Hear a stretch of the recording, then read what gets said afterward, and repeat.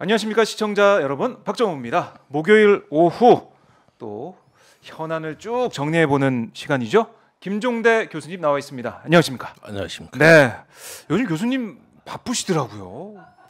아, 피곤해 보이십니다. 학교에 가서 공부할 시간이 없어요. 시간도 문제지만 교수님인데요. 온 세상에 악취가 풍겨가지고 네. 내가 정신 집중이 안 되고 연구실에 있을 수가 없어. 내가 어떤 놈들이 이렇게 싸질러 놓은겨? 그리고 쌌으면 치워야 될 거 아니야? 안 치우고 있다. 안 치우고 다 그냥 싸질르고 가버리고. 어느 날 세상에 나와보니 똥바다요, 똥바다. 이게 도대체가 이게 그걸 지금 이제 정리를 좀 해주시면서 사실 제가 공부할 게 얼마나 많습니까? 네. 할 게 많죠. 공부할 게. 말하자면 이런 거예요. 네. 지금 우리가 윤석열 대통령하고 많은 부분에서 진실 게임을 하고 또 심지어 국회에서는 탄핵 얘기도 나와요. 네. 근데 이럴 때 중요한 게 뭐냐? 윤석열 이후를 상상할 수 있어야 돼요. 윤석열을 탄핵시키건 아니면 선거로 심판하건 간에 네. 일단은 끌어내리고 나면 이 윤석열은 없어지지만 네. 윤석열의 폐해는 회복을 하는데 시간이 너무 많이 걸린다고. 시간이 걸린다. 트럼프가 없어져도 트럼피즘은 남았어요. 그게 오늘날 또 부활할 조짐이에요. 네. 그러니까 이게 윤석열 이후에 우리 어떤 한국 사회를 만들 거냐, 어떻게 회복할 거냐.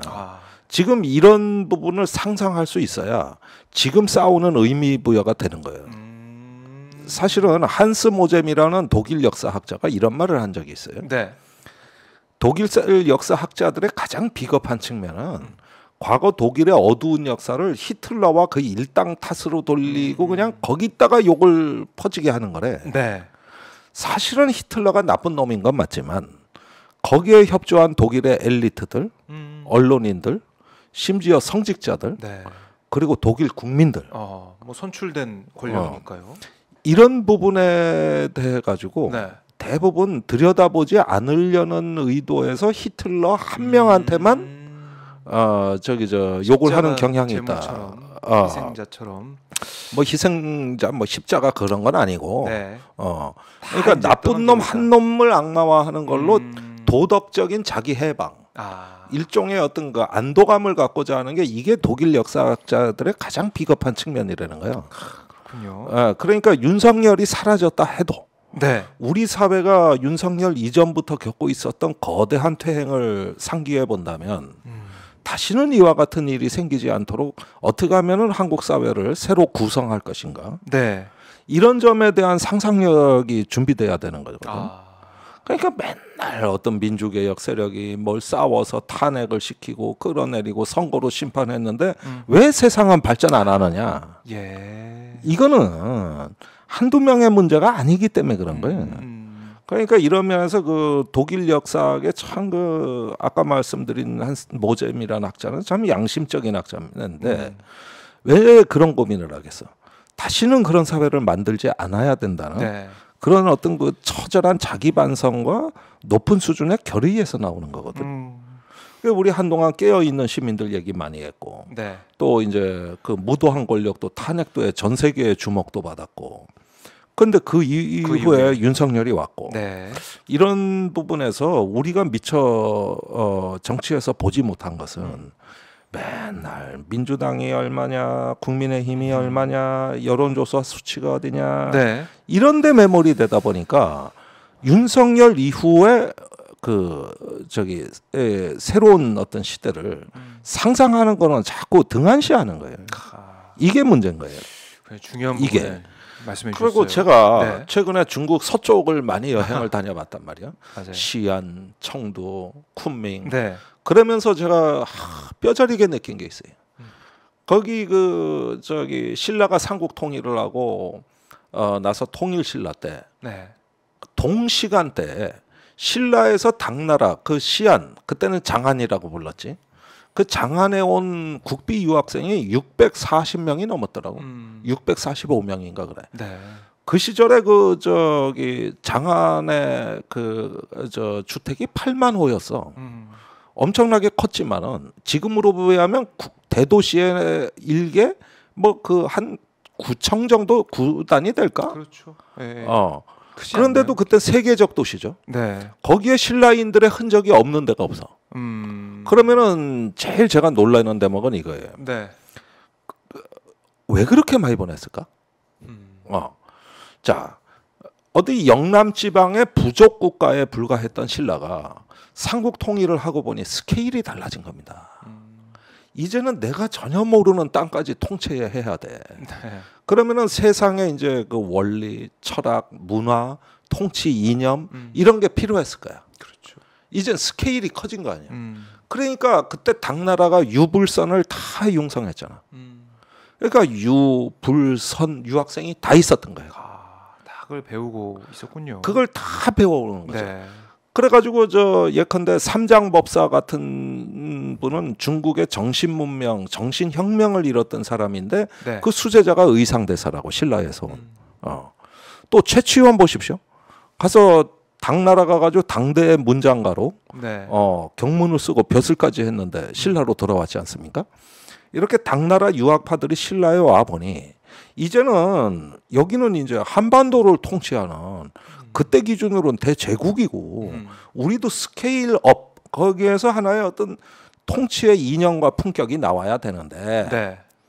아직까지 송골진골 싸움질이나 하고 있고 그 옛날 부족국가 신라의 습성이 개혁이 안 되니 얼마나 좌절했겠어. 네. 그러니까 오래 못 갔잖아 통일신라가. 그렇네요. 그런데 준비를 그때 못해서. 그 당나라에서 배워온 정신문화가 네. 일본에 지대한 영향을 또 끼친다고. 그러니까 이걸 보십시오. 그 변방의 영남의 부족 국가에 있던 그 고뇌하는 지식인이 시안까지 가서 거기에서 인도와 연결됐고 심지어 로마까지 연결돼 있었다고 장하는 비단길을 통해서. 네. 거기에서 상상도 못하는 너무나 크고 넓은 세계.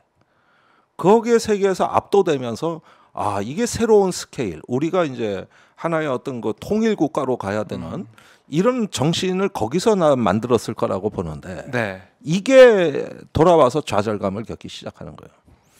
그러면 지금 한국 사회에서 다음 선거에서 민주당이 몇 표, 국민의힘이 몇 표, 과반수가 뭐고 대통령 지지율이 어떻고 매일 우리가 여기에 지금 갇혀 살고 있는데 네. 근데 문제는 어느 당이 이기느냐보다도 어떤 정치가 이기느냐. 맞아요. 그리고 우리는 왜 이렇게 다행입니다. 스케일이 작아졌느냐. 네. 그래서 지금쯤이면은 윤석열을 넘어서고 초월해서 더 넓은 어떤 세계의 지평 속에 우리의 존재감을 깨닫는 네. 여기서부터 미래로 나가는 뭔가 그런 정치가 이겨야 되는 거거든. 그런 정치가. 초월적 정치. 초월적 정치. 이러니까 또 내가 교주님 같으지.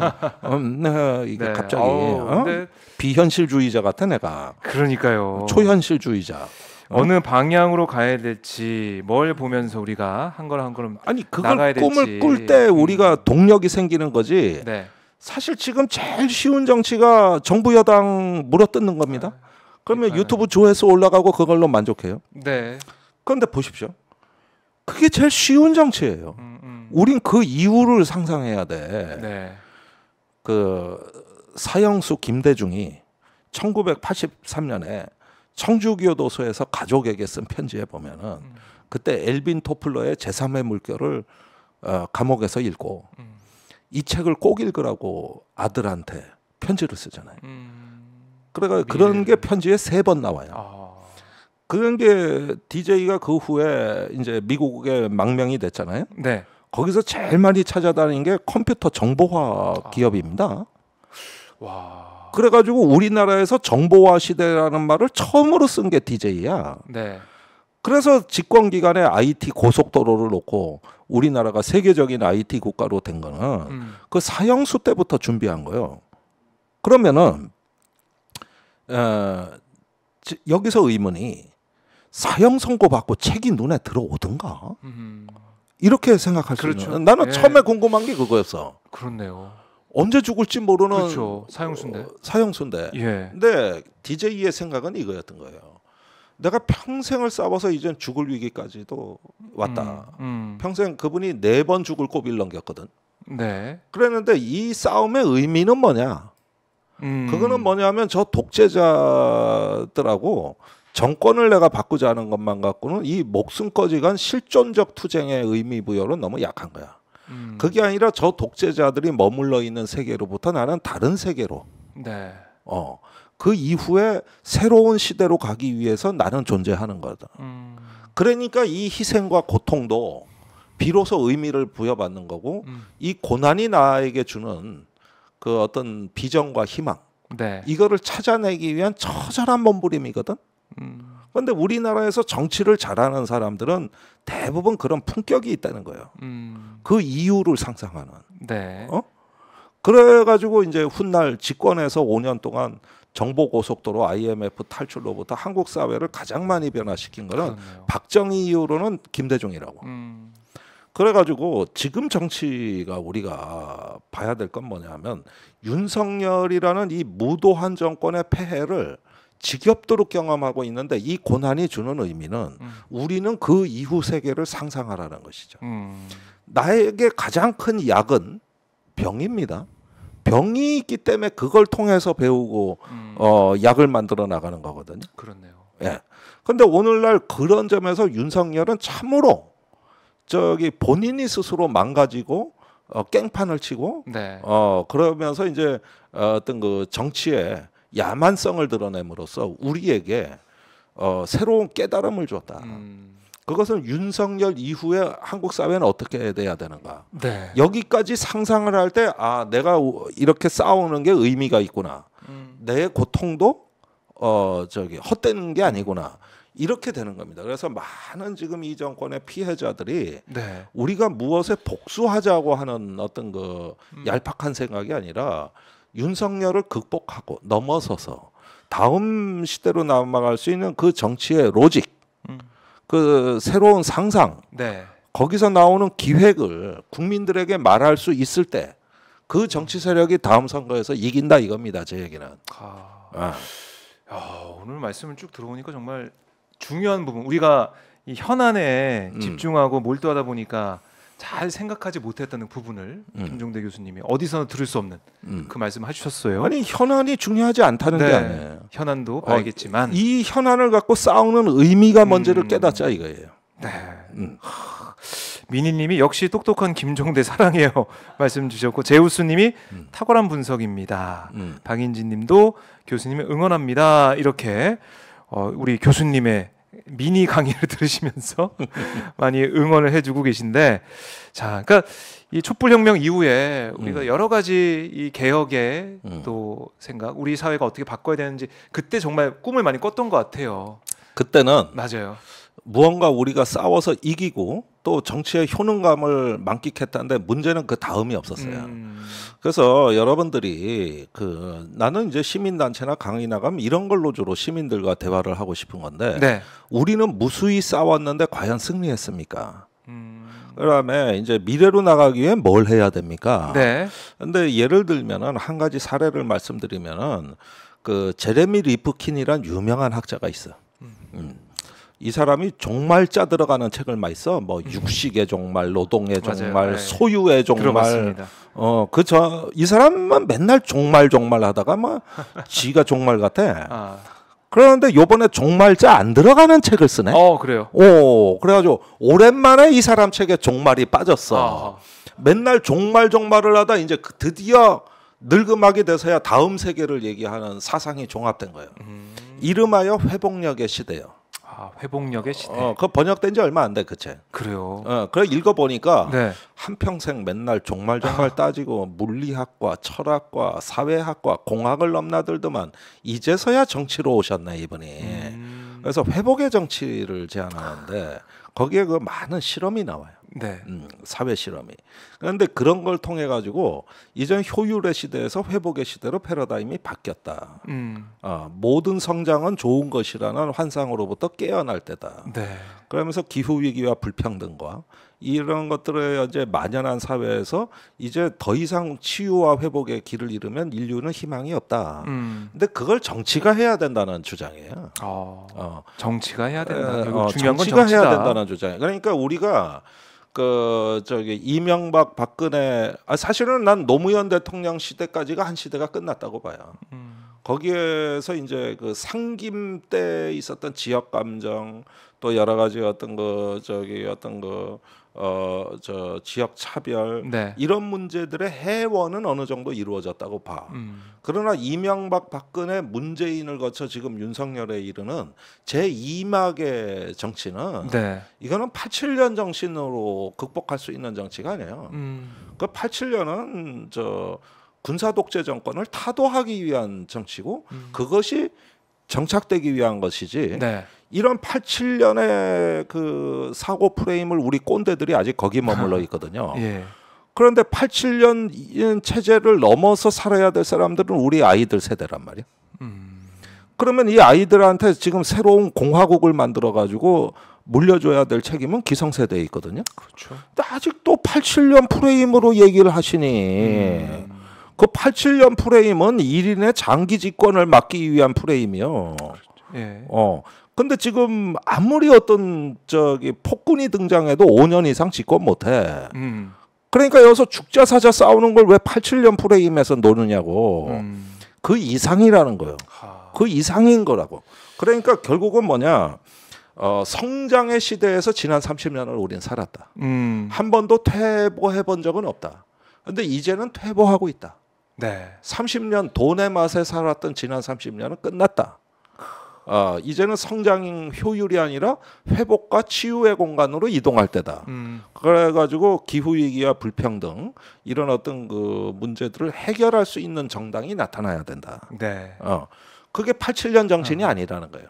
이거는 회복의 정신이고, 네. 그래서 그 모든 것은 연결돼 있고 상호 의존하는 어떤 세계에서 우리가 그 연결성에 주목을 하고 그 연결성에서 복원해 들어가는 그게 우리의 정신과 문명이거든요. 이거를 복원해 들어가는 새로운 공화국, 네. 새로운 공화국의 탄생. 그게 윤석열 이후의 시대 정신이에요. 그런데 이 얘기를 안 하고 윤석열을 타도하면 어떻게 되느냐? 타도까지는 했는데 그 다음에 뭘 해야 될지 모르는 거야. 그냥 현상 유지야. 네. 그래서 우린 조금 양심적으로 한다. 이 차이밖에 없는 거야. 아하. 그게 87년, 문재인 정부였던 거지. 87년 체제가 계속 이어지고 새로운 공화국은 탄생할 그런데 수가 없다. 우리가 네. 그걸 물려줘야 되는데 우리 꼰대들 말하는 거 봐. 다 87년 프레임으로 얘기를 하니까 젊은 사람들이 듣기가 싫은 거야. 그 얘기를. 저 민주화 운동했다 어쨌다. 예. 그 듣기가 싫은 거야. 듣기가. 그 자체가 어떻게 보면 기득권이고 뭐 기득권의 프레임으로 얘기하니까 이게 설득력이 더 없는 상황이다. 87년 민주화 운동 진보 그것도 기득권이다. 그것도 기득권이다. 이렇게 비춰지는 거거든요. 이거 엄중한 현실입니다. 네. 그러면 어떻게 새로운 공화국을 만들어서 네. 이 아이들이 살기에 적절한 조건을 창출해 줄 것인가? 원래는 이게 바로 자유주의야. 대통령이 얘기하는 자유는 자유주의의 그 프로토타입, 즉 네. 원형이 아니라는 겁니다. 자유라는 것은 네. 존 스튜어트 밀의 자유론에 최대한 집중해서 제가 말씀드리자면 인간이 어떤 관습이나 규범이나 그 제도에 강제되지 아니하고 네. 자신의 지위를 향상시키기 위해 노력할 수 있는 그 조건, 그게 바로 자유고, 그걸 사회는 이 사람이 스스로 노력으로 일어서서 하나의 인격으로서 또 하나의 인간으로서 성장할 수 있도록 사회는 도울 책임이 있다. 네. 이걸 자유주의라고 하는 거예요. 이게 자유주의의 원형이야, 원형. 그런데 지금 얘기하는 자유주의는 뭐냐 하면은 이걸 일컬어서 최근에 서양에서 자유주의 책이 다시 쏟아지는데 네. 냉전형 자유주의, 공포지향형 자유주의라 그래. 네. 그러니까 그 냉전 시대 자유주의자들이 출연했는데 예. 그 중에 뭐 이사야 벌린 같은 사람은 철학자고, 그 다음에 칼 포퍼는 과학 철학자고, 그 다음에 저기 하이에크는 경제학자라고. 네. 이런 사람들이 오늘날 그 보수 우파의 자유주의를 구성해냈는데 진짜 정치학자는 없다는 거예요. 그 중에서 그 사람들이 만든 거는 반 파시즘, 네. 반 스탈린, 이걸 얘기하는 대응 개념으로서 자유를 내놓은 건데 예. 그건 냉전형 자유주의지 자유주의의 본질이 아니라는 거예요. 그러니까 그런 책들이 요즘 나오는데 아주 이런 개념 정리는 훌륭한 시도입니다. 그래요. 그러니까 우리가 자유를 얘기할 때 자유의 어떤 본질에 집중해주고 그것이 뭐냐면은 우리 국민들이 시민들이 개인이건 집단이건 간에 우리가 부당한 정치적인 억압이나 차별이나 압박을 당하지 않고 우리 스스로의 힘으로 더 나은 내 삶을 개척할 수 있도록 국가가 돕는다. 네. 이 뜻입니다. 이게 자유의 본래 뜻이야. 자, 우리가 이제 항상 최근 들어서 듣고 있는 자유랑은 정말 다른 의미를 갖고 있다. 반공 전체주의와 반국가 세력을 척결하고 이건 네. 뭐냐면은 그게 이제 냉전형 자유, 공포식 자유주의의 그 하나의 어떤 변종으로서 말하자면은 그 저 우익 반공 국가주의를 얘기하는 거예요. 네.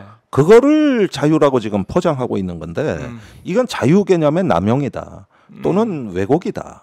이렇게 하면서 이제 새로운 그 연구들이 쏟아져 나오고 네. 있거든요. 그러니까 이런 흐름들을 잘 보고 그런데 이제 우린 거기다가 덧붙여야 되는 게 회복의 정신이거든요. 그러니까 회복 탄력성의 공간 만들기예요. 그걸 못 만들면 어떻게 되느냐? 네. 지금 자유의 본질에 우리가 그 저기 하나의 어떤 주류 이념을 못 만들어내면 어떻게 되느냐? 사회가 신중세주의로 간다는 거죠.